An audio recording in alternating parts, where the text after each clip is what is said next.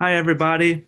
My name is Ben Marchman with NatureLink, and I want to welcome you to the FireKeepers Global Summit, in which we'll gather for powerful conversations with cutting-edge experts and thought leaders who will guide you to connect to your truest self and activate your natural gifts. This event is designed to reinstate the importance of carrying our soul-directed vision back into our communities so that ourselves and our communities will flourish. Here you're invited to learn how to seek the guidance of your inner voice so that you can truly understand what it means to live life with purpose. I'm very excited to be talking today with Kevin Anderson. Kevin is a priest of the St. Cloud Diocese in Minnesota, where he is pastor of Christ Our Light Parish, which serves the towns of Princeton and Zimmerman. He is active in men's spirituality work and has given many presentations and retreats for men throughout the country, including men's rites of passage.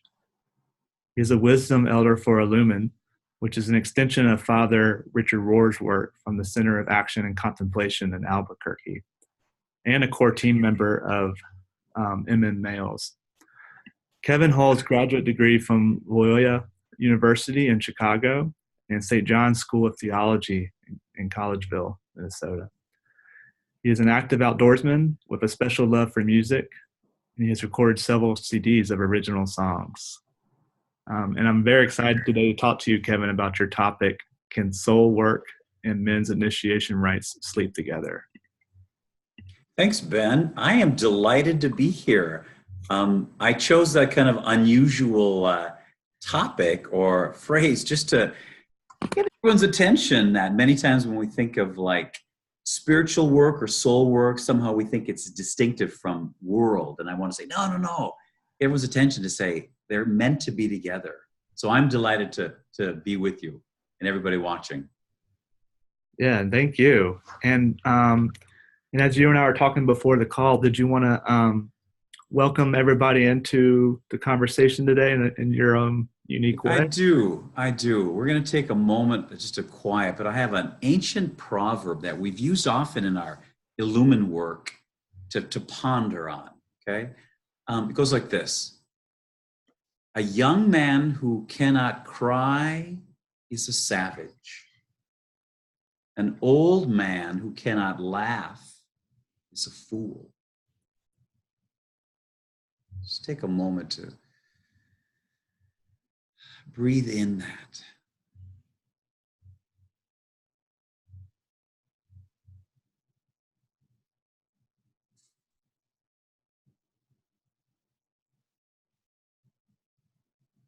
God of grace, we have people viewing from many different backgrounds, many different situations, many different spiritual wanderings.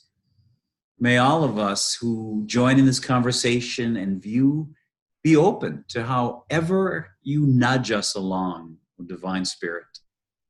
Guide this time, be with me, be with Ben, be with any questions that come up, but most of all, be with this whole process as we continue to deepen our quests. I pray this through Christ our Lord. Amen. Amen. Thank you for that. That was wonderful. And thank you for welcoming us in. And if you're listening in or viewing, you can open your eyes now.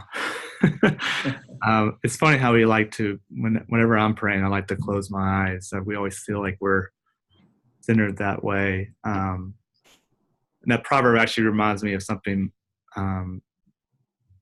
that one of my good friends used to say. He's like, it was kind of, I don't know if it was a proverb or something that was passed down from him. He'd always say, I always asked him, like, why do you always pray with your eyes open? And we would be in this group of other men, and he would always have his eyes open, like looking around. And like, we always think like, oh, they're not paying attention because their eyes are open. And he's like, no, I'm praying. I'm just being aware of like where my spirit's going within the group. I just like love that because like we always think spirit's like, within inside us, but it's all around us with the people we're praying with. I know sometimes when people say, time for prayer, people will bow their heads even. And same kind of thing, that sometimes it's meant, no, look up, look around, recognize the God present in everything. But I think some people do close their eyes because they want to focus more. They get distracted and they can't think. That's not my way. I typically don't pray with my eyes closed. I'll pray with my eyes wide open so I can, see whatever God surprises us with. Yeah, definitely. Before I dive into like the questions on what we're talking about today, Kevin, and I was wanted to see if you want to tell kind of like your story that leads up to this point, like how you got into men's initiation work and working with Illuman and priesthood. I would love to. Thank you. The initiation work that we use is certainly Judeo-Christian based, and the founder is Father Richard Rohr, but it's definitely not religion based. It's definitely not Catholic only, nothing like that. I just happen to also be a Catholic priest. And I think anybody in church work should be open to the whole idea of deepening of self. So I have been a wanderer and a questioner and a seeker probably my whole life. I have been a priest since 1983. So I've been up there a while. I've served in campus ministries and colleges and taught in high school, taught theology, worked at different parishes. I got to say this right off the bat. I love what I do, Ben. You don't hear a lot of people say that, especially now in the Catholic Church. We're getting a lot of negative press, about different things going on. And I like anybody, I feel very bad about that. But I myself am very proud to be a Catholic priest.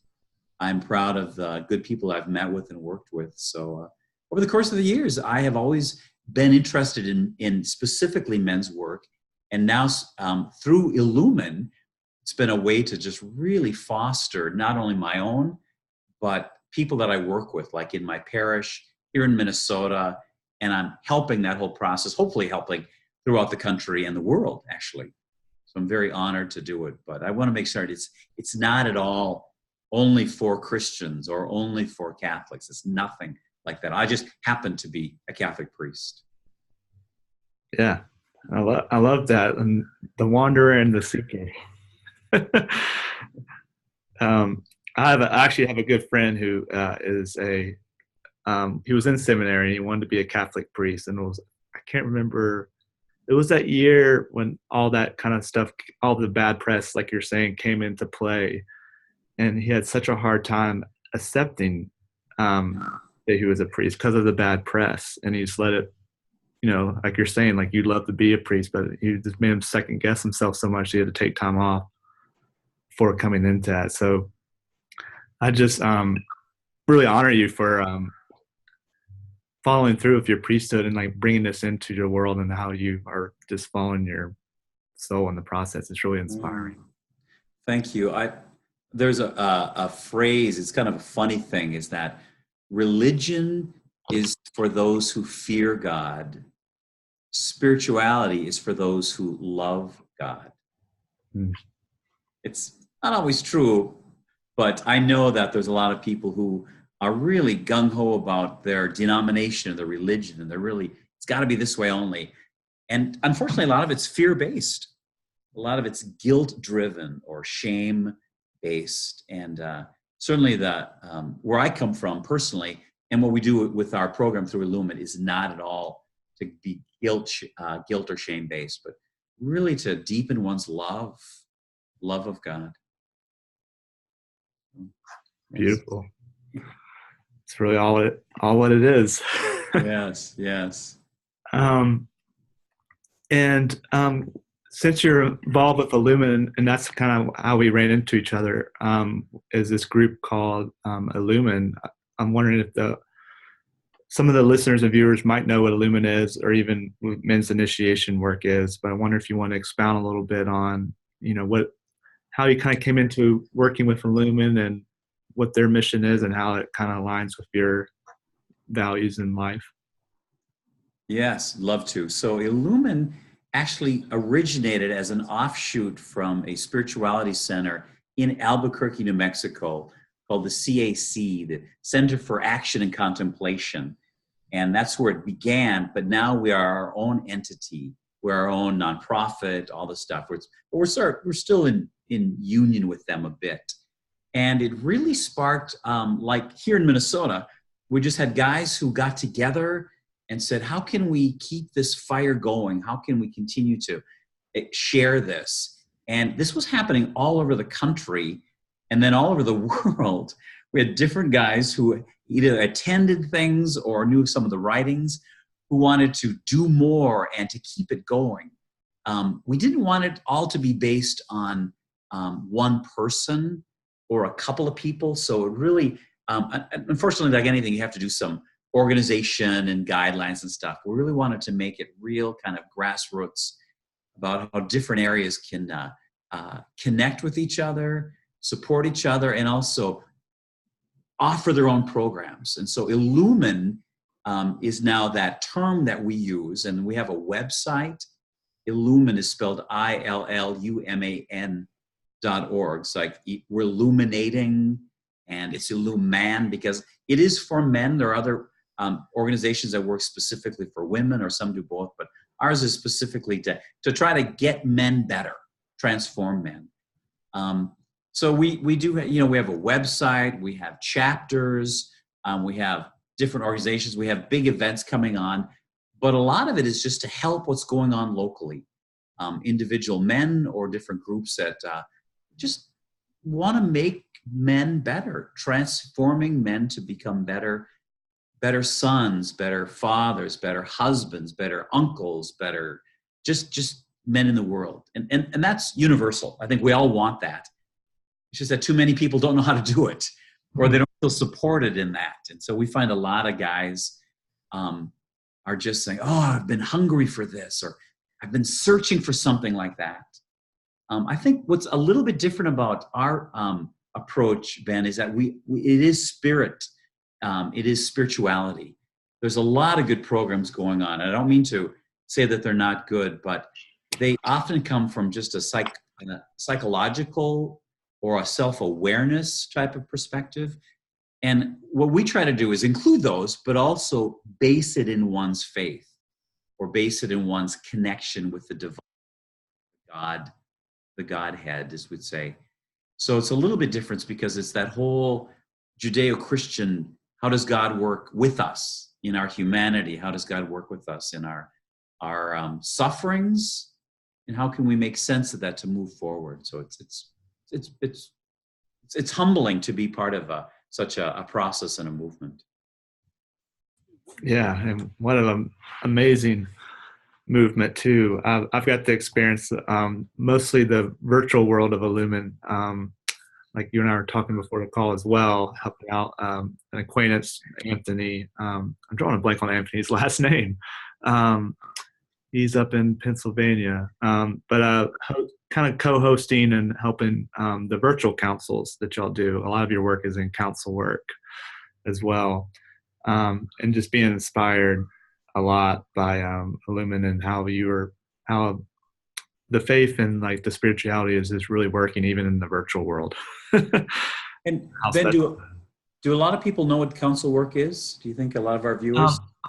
Yeah, and like this week we've as the viewers and the listeners have been watching the calls, it's been a loose council format with all the live calls, and then we've had Juanita and Tennyson, who were earlier this week, were probably the closest we talked about council and how that works, and mostly portraying it. But if you wanted to dive into that before we went into the questions, we could talk about that. I think that's important. I would. That would be great. I know when we started Illuman, gosh, years ago, we did things called small groups, or even we'd call home groups during a rites of passage time. But we really morphed into really embracing the whole concept of council, which is the whole idea of respect. So when we gather together, this is locally or even in big circles with 600 men, we'll ask people, we'll now we're starting, like as you and I, Ben, have started officially. We lit our candles, we're starting.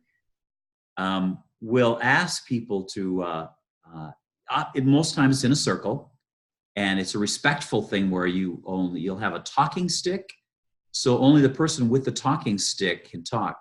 So even when we do virtual councils, like that are happening quite a bit all over the country, it's the same thing. Only one person's allowed to speak, and a moderator might say, introduce and say, you do this. But what we do with Illuman is we invite everybody to speak from your heart, listen from your heart, be spontaneous, and to be lean of expression. You don't need to go on and on and on and on. And so oftentimes what will happen is someone will come with a prompt, like here's a quote, or here's a question, or there might even be like a video or a chapter from a book that'll be the prompt, and someone will start, and then everybody can go around and chime in on what they think. And what's key about council work, so I think it's beautiful, is that there's no crosstalk. There's no fixing. There's no therapy like, oh, you need to do this. Because we find for a lot of guys, once guys start giving advice, most men will just shut down, because they're not there to get lectured at. And as soon as someone says something and someone has an idea of how they should fix it, you feel like an idiot. You're like, oh, everybody knows that I don't.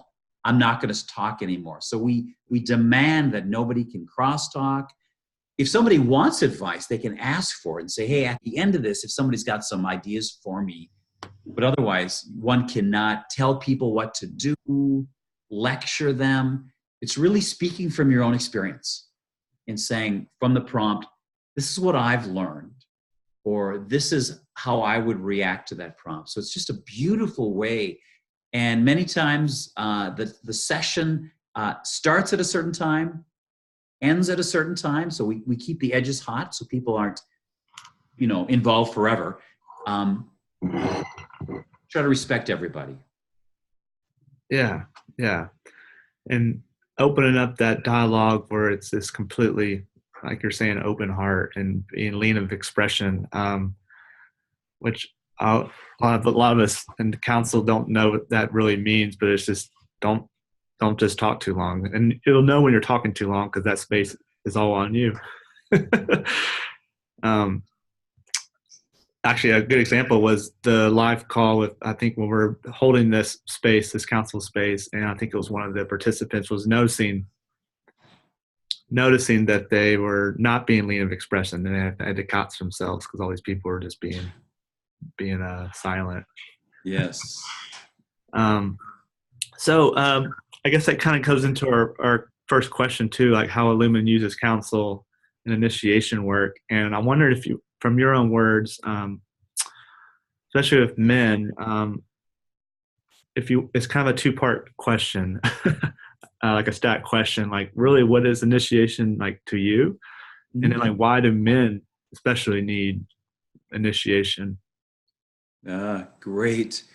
Well, I believe that men do need initiation, and as most viewers are aware, initiation rites have been used through so many different cultures throughout the ages.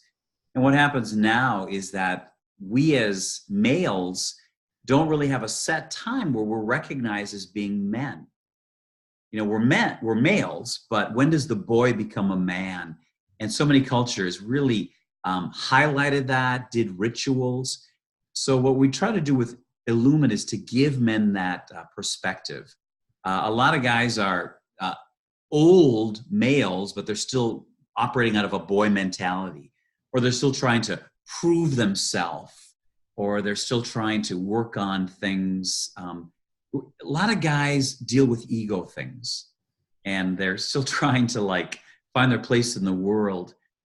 Father Thomas Merton, he's a Trappist monk.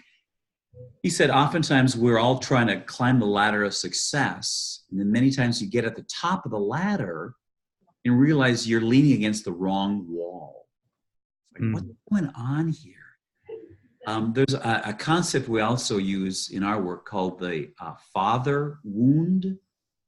And it's that whole idea that many of us have wounds handed down for centuries, from generations, but even specifically that we feel like we're not adequate to our own fathers, that somehow we weren't good enough. We didn't measure up to what they wanted for us. And then the other opposite is that many times we feel like our fathers didn't give us what we needed. They didn't pass on good virtues, or they didn't give us the whole idea of this is what it means to be a man. So a lot of guys have what we call this woundedness, and they're searching. They're trying to find it. And then what it does is sneaks out in different ways. It's like, wow, if I just earn more money, or if I just work harder, or if I just put down people, specifically if I put down women, and I think that I'm only the one in charge. And this has a lot of implications when you deal with different races, different sexual orientations, different religions. It's that whole kind of one-uption, you get some crazy stuff. There is a image that has been used, which I love this image. It was from a program called Nova, which was on PBS. And what they did is they shot this is in Africa. They had a tribe of people living near elephants. And what happened is they found that a lot of these elephants all of a sudden were acting crazy. They would go around and they'd be chasing people, and they'd be stomping on the huts, and they'd be wrecking things and just doing these crazy things. And in the program, what they found out is that the ones doing this were not the female elephants, but they were the young male elephants. And they also found out that in that particular group of elephants, there were no old male elephants. Either they got killed by poaching or a disease or something.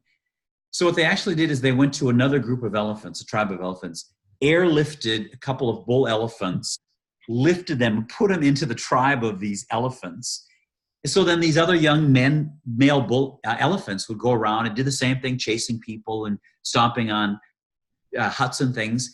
And then the old bull elephants would get real excited and, flap their ears, and they get, and as if to tell the young elephants, stop this. And the young elephants, and they see this, they're like, what? And they're like, we didn't know.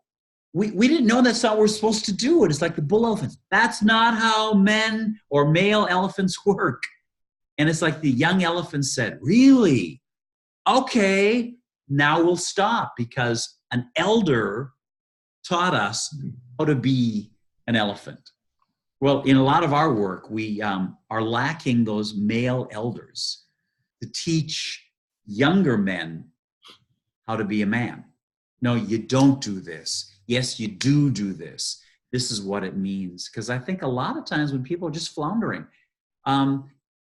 they try to initiate themselves, like, well, I'll be part of this gang, or, if I do this thing, I think it's really cool now. I start vaping, or people think like, now I got my license, or I've had my first sexual experience, or now I'm married. That's an initiation, and it's not. But it's honoring the elders of your group who teach what it is. And a lot of it, unfortunately, is working through pain. A lot of what it means to be a man is not to deny pain, not to pretend it never happened, but is to really go forward with pain and grief and loss.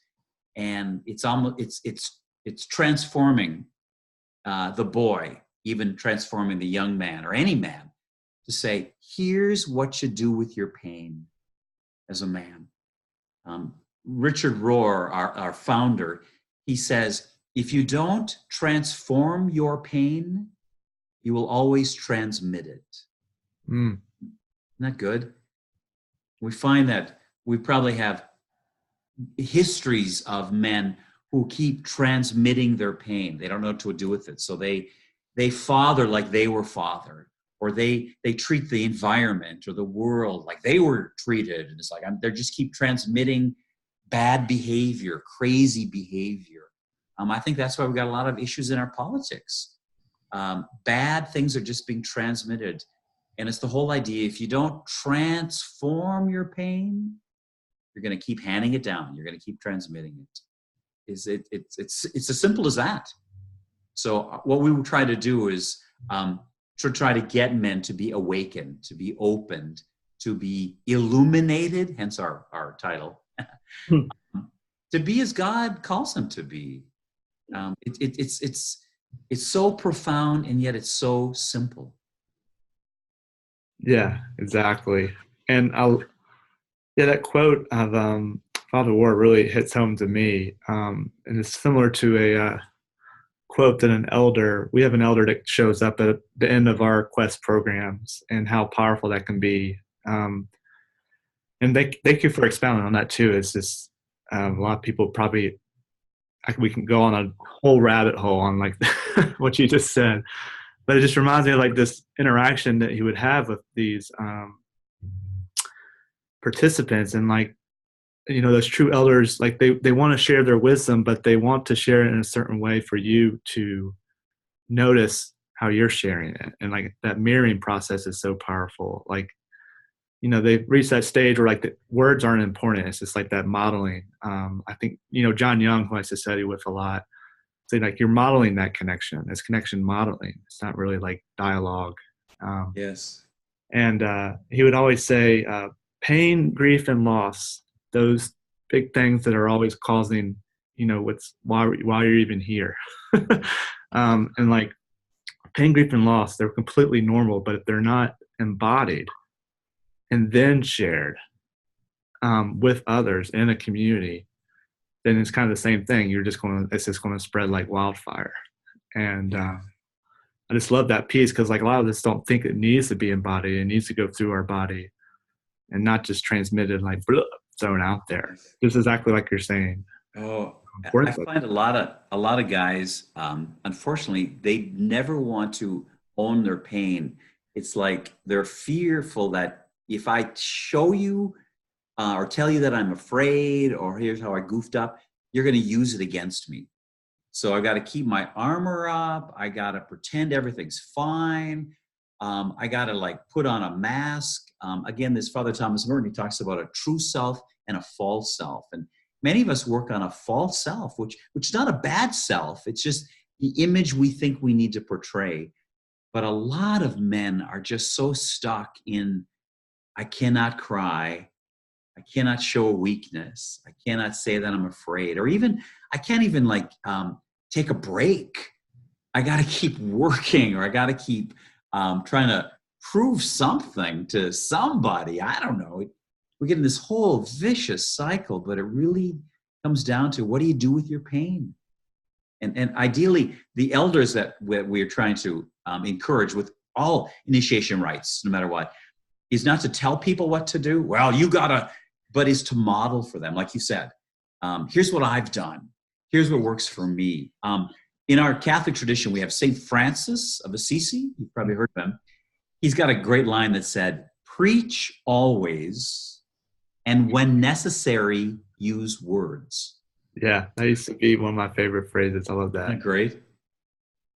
Just our lives are preaching, just how we act. We don't need to, yell at people or judge them. Just live authentically. And I find that when you find a truly holy person, in our work we'll say a holy man, you're just drawn to that wonderful grace or that good energy. You just feel it. This is true with women too.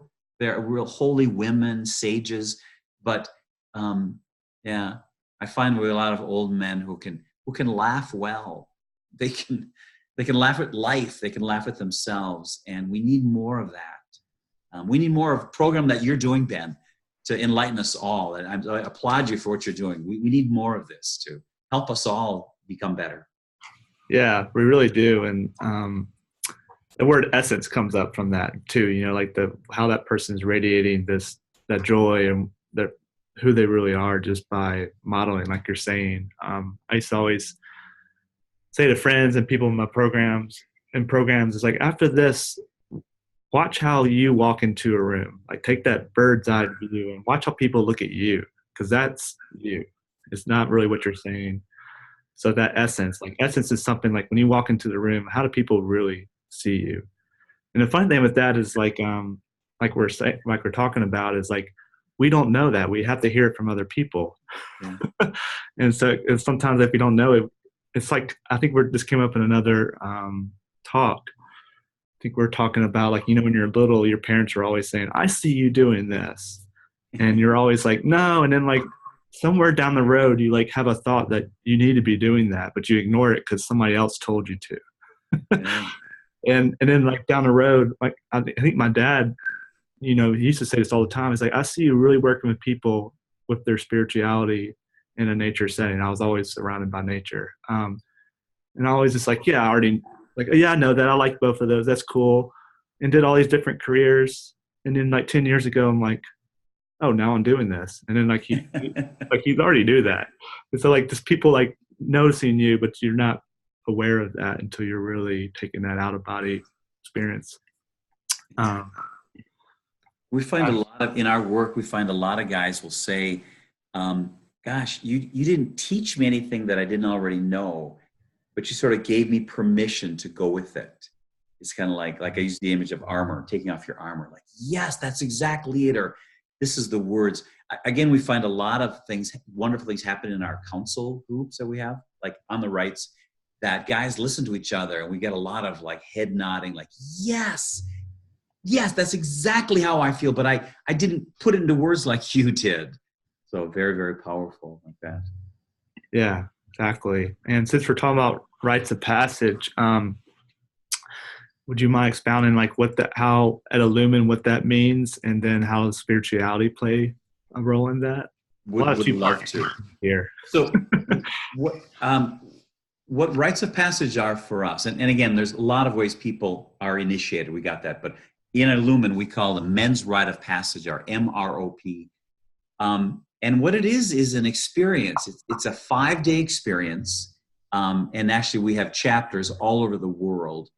All of them are nature-based. You're somehow out in the wilderness somehow. So you could do it, I suppose, but in a city or an urban setting, but they're in the wilderness, in the prairie, next to the mountain, in the desert. It's not a self-help group. It's not a lecture-based retreat. It's a real experiential encounter. Typically, every rites of passage will have guys from all over the country that come. Typically, we don't do boys at this, so men are 18 or older, and there's no top criteria of age. But it's an experience to be in nature, experience to be awakened, the sense of mystery. But we call it the rites of passage, or the rituals of passage. So it's really based on doing these rituals. And there's nothing goofy, nothing weird. It's nothing like that. A lot of them are based on ancient and time-tested rituals that other cultures have used, kind of adapted them. Richard Rohr did those to kind of make something that's doable and workable, but also very meaningful for the guys. So typically, it'll start most often on like a Wednesday afternoon. It'll go until a Sunday afternoon. There's these rites of passages happen in 9 countries. Here in the U.S., there's like 35 chapters. This year alone, there's I'm looking at my list here. There's 4 rites of passages happening in the U.S., Arizona, Colorado, Illinois, Northern Colorado. There's 4 other ones happening somewhere in the world: Australia, the UK, Austria, Czech Republic. That's all on our website, illuman.org. But it really is a chance for guys to be real, a chance for guys to go outside and encounter God in nature. One of the highlights of the whole rites of passage is the last full day, which is Saturday. We'll send guys out in the wilderness. No talking, they're fasting. We'll say, find an area of land, like in Minnesota, we have prairie. We also have some woods and lakes. We'll go find your area, sit there all day. And most guys are like, what? All day? We'll say, don't talk to anybody. Don't be reading anything. Although we do give them some things to read eventually. We've got these 5 elements of wisdom that we say, when you're ready, open these up. But just sit in nature. And most guys talk about that being the powerful moment of their whole experience. Letting God work through nature to talk to them, even if it's snowing or raining or whatever it is. The other parts of the ritual are the rites of passage. We focus on what we call a separation day. It's like getting in touch with how the masks we wear, how we're identified with our job, how we're trying to impress people. And we really look at like how God sets up some of these odd, we call them liminal spaces, times when you're not really sure where to go or what to do. And many times that's where the awakening happens, because you're like, oh, I've just been faced with this news, or I've just been in between things, that a lot of transformation happens. Another day is just focusing, as we talked before, on grief. What do you do with pain and loss? Or how do you handle this illness, or this loss of a dream, or bankruptcy? Nothing financial, nothing like that, but just what do you do when you're devastated? And we again have marked it with, like, there's some counsel groups with that.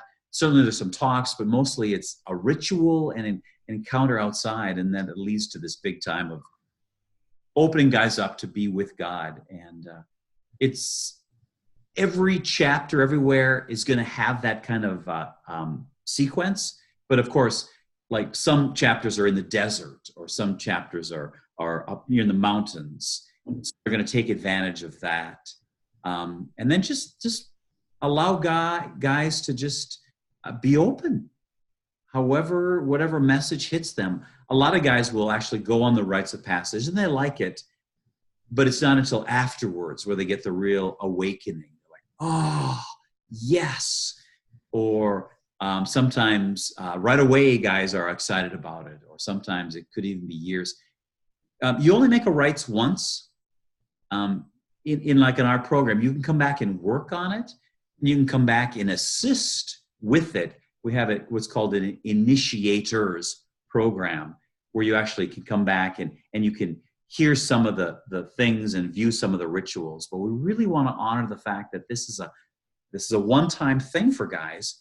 And ideally at the end, they come away with saying, I am a beloved son of God. They can really own that in whatever capacity, whatever their issues were, whatever their background, their hurts were. It's funny because we tell guys, don't talk about work. Don't ask somebody what they do for a living. Like, we don't care. We come all just hopefully with beginner minds, an openness that we're all men, we're all hurting in some way, we're all trying to seek, we're all trying to be better, but don't get into that trap of like, oh, well, he does this, or, oh, he has that experience. We're like, no. All the rites are ordinary men initiating ordinary men. And we don't care about how much money you make, or your second boat, or, a lot of that might come into play with some of your pain, like from marriage or orientation or church woes, unfortunately. But we say, okay, we'll use that, but let's don't focus on that. That's not who you are. Richard Rohr has another line, which I like, is a lot of those things are your life situations, and those are not your life. Your life is bigger than that. So when people get caught up with like, oh, I've got this depression, or I've got this addiction, or I've got this issue going on, we say, yeah, that's big. That's your life situation. Your life is bigger. Your life is bigger than that. So try to invite guys to look at life differently, look at their life, and not get so hung up on their life situation and think that's what defines them.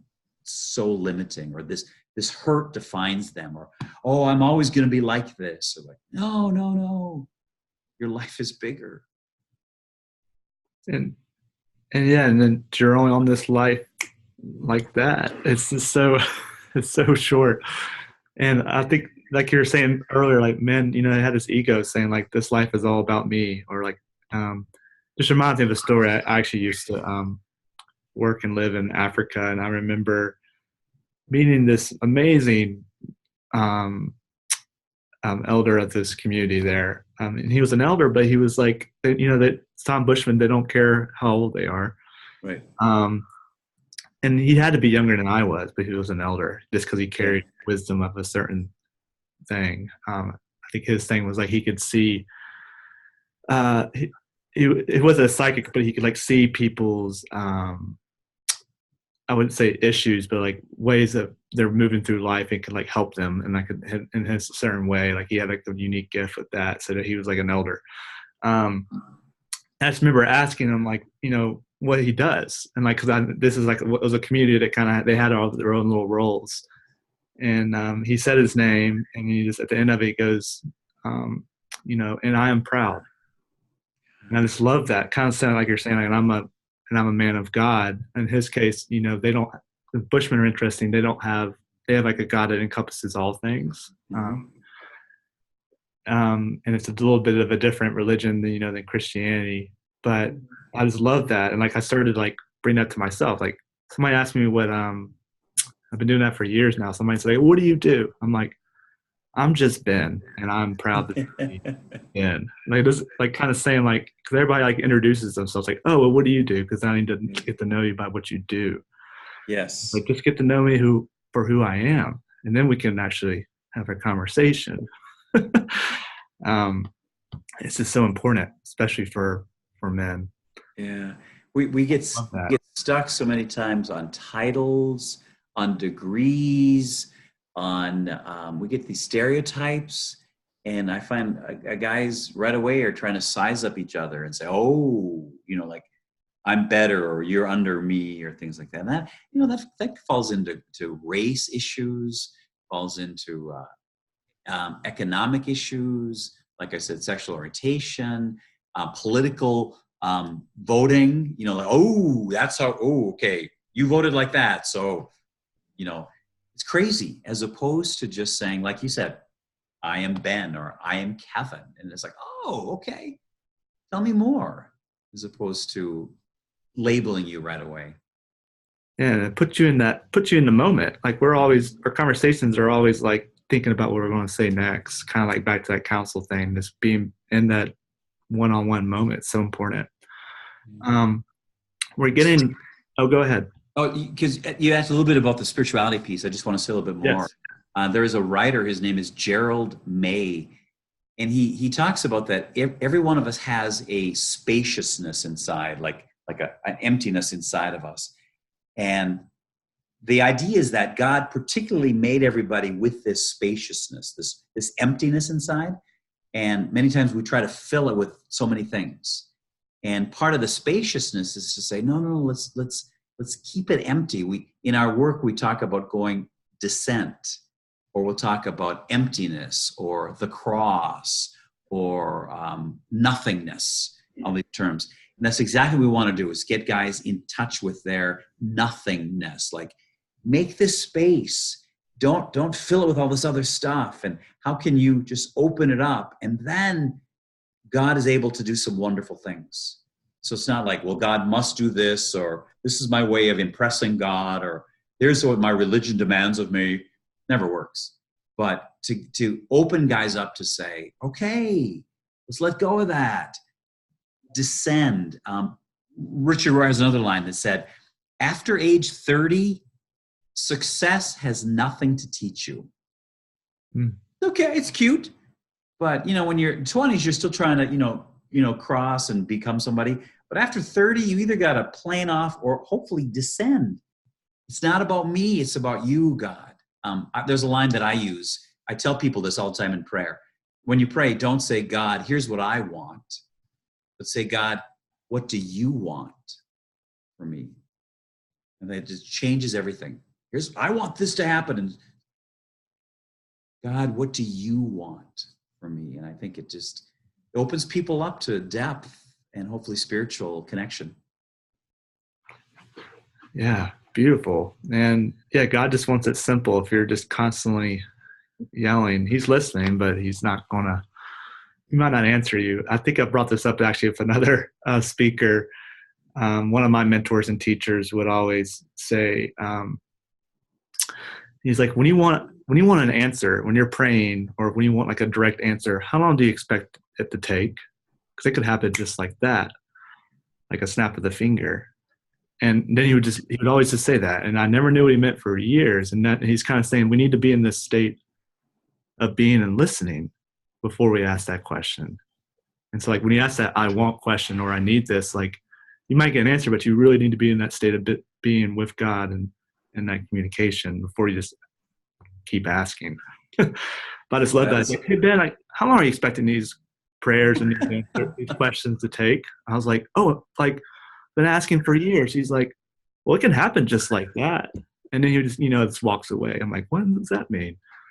And, just like you were just saying earlier, like that state of being and just being in that direct communications is so huge. And just being Kevin, just being Ben. Boy, that yourself. Well said. Perfect. I love it. That's great. But we are getting at the top of the hour, and I didn't know, gosh, I have so many questions too and want to keep talking with you. It seems like it's like that with every speaker. It could just go on for days. But is there anything that you want to touch base on before we closed out? Well, I would, again, encourage men to check us out a bit. I mean, again, like there's a lot of initiation programs, which are great. The bent in ours is that we have the spirituality end of it. Go to our website, illuman.org. Perhaps look up, one of our rites of passage. But that's not our goal as Illuman to get everybody to do it. We want to transform men. So there's retreats, there's different things to look at. I do have a book here. This is by Richard Rohr. It's called The Wild Men's Journey, or The Wild Men. So Wild Men to Wise Men. It's the updated version by Richard Rohr. Wonderful book. Adam's Return, is another good book. Iron John by Robert Bly. Just get out there. And I say for you guys, don't be afraid. Get involved with other men. Start sharing your pain. We find a lot of times men come to our programs because their wives make them or their partners are signing them up. And maybe that's how God nudges. But I say for all people, but guys especially, God has good things in store for you. Break down the shield. Check a little bit, but start talking. Start being honest. Stop being the stereotypes of a man has to only be this. I think we're better than that. And it is changing. Things like you do, Ben, and things all over, all your other speakers, they're doing some great things. So I want to applaud all of them. And we're all in this together. Yeah, exactly. And this talk is, and even though we've been talking a lot about men, this is for women too. So, because you're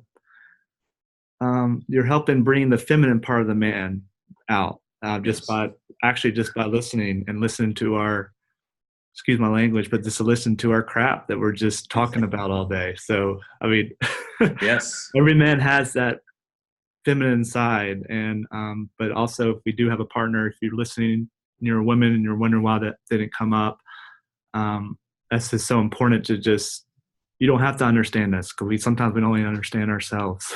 Right. And just to be there, it's so important. And that just helps us, do our work in our communities. So great. Is there any short words of wisdom or a prayer or anything you want to leave us with today? I would love to close with a prayer. Sure. Gracious God, may we continue to support each other, work together, certainly as men on the journey, but with all people, with all creation, with all four-legged creatures, two-legged creatures, winged, crawling, swimming, recognizing that you are with us, God, every step, every breath of our journey. May we be surprised. May we be opened. Let your goodness guide us and direct us. May all your viewers find a moment, a chance to simply be quiet before the great divine creator and recognize their own blessings and all the things they have to be thankful for. I say this through Christ our Lord. Amen. Amen. And I just want to thank you, Kevin, for being yourself today too. And we didn't really touch base on this, and I didn't want to go down another rabbit hole too, but if you are not a religious person listening to this call, it's okay. And so, like, you can pray in your own different ways. And so thank you for listening to Kevin and I being this connection in our religion, but I hope this hasn't been judgmental for you. And also, I just want to thank you, Kevin, for really helping close out the entire summit. This has been a wonderful, I don't think there could have been a better speaker to close this out, because just with our views and how we do our work, and also just for the community that this summit has been providing, the leveraging of all these speakers. I think that was really fun in your words that you said. But I don't want to expound too much on that prayer, but thank you so much. And y'all just keep doing amazing work with Illuman, and I'll probably see you around the bend at one of the programs. Thank you, Ben. Thank you for this opportunity. Yeah. Good to you. Thank you. And God bless. Thank you. Thank you.